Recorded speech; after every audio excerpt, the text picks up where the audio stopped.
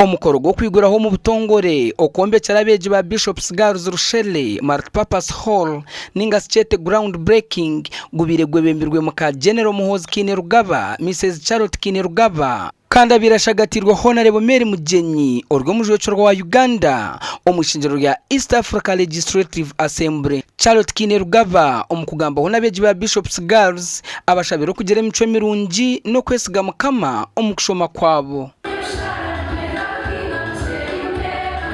Nokutaho umutima hakushoma abazeire kubakwata zamushomero bakabahera bakaza kushoma nka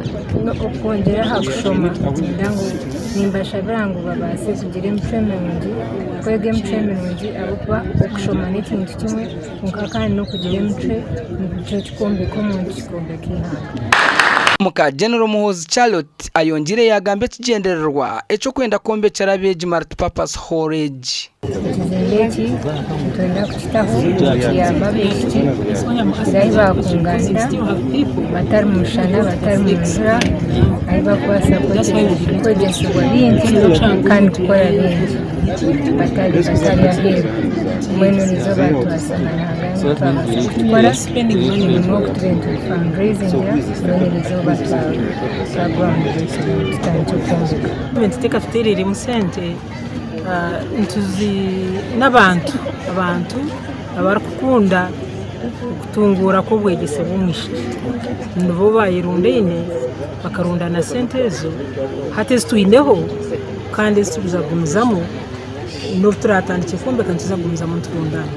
Abebembezi bishomereri basimira Honorable Mary Mugenyi na Charlotte Kainerugaba abwo mugando gubabahire kandi hato gutwatera umusinge kuko banza gutwatera ufuka ikizimbe cyaza kutandika umujenyo wito mukuru Madame Charlotte Kainerugaba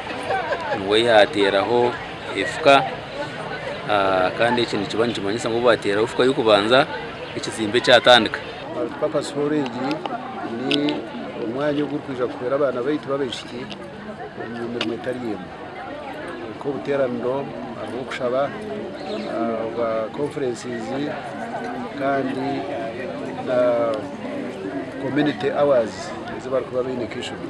Multipurpose Hall age nayo kutandikiraho kombe kwa yishomereri kandi baririrwe sente ziri kwingana miliyoni 50 za Uganda eziri kuza kujimara. Omugandi makuru abazire bahijirwe kushomesa abana emirimo y'emikono obahabuzobu bubahirwa harasanganya busozi kiruhura omukutongoze nkora yo bwegese bwa science na technology omu district barukora biro mu kukanika okubazira hamwe n'ebindi. Obwegese bwa science n'ekintu kikuru kandi kituriyo ntwebembeza mu mashomero bwitu ganya bushozi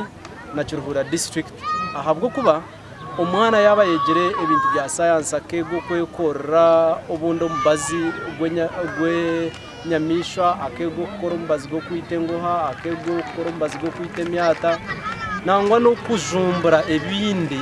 nikiretera ubwo mwana yabone kiyayekora kusingo kushoma notes akabo kwandika cyonka abo kugira ngo amashomero bwita gombyaro kaga kahora kubi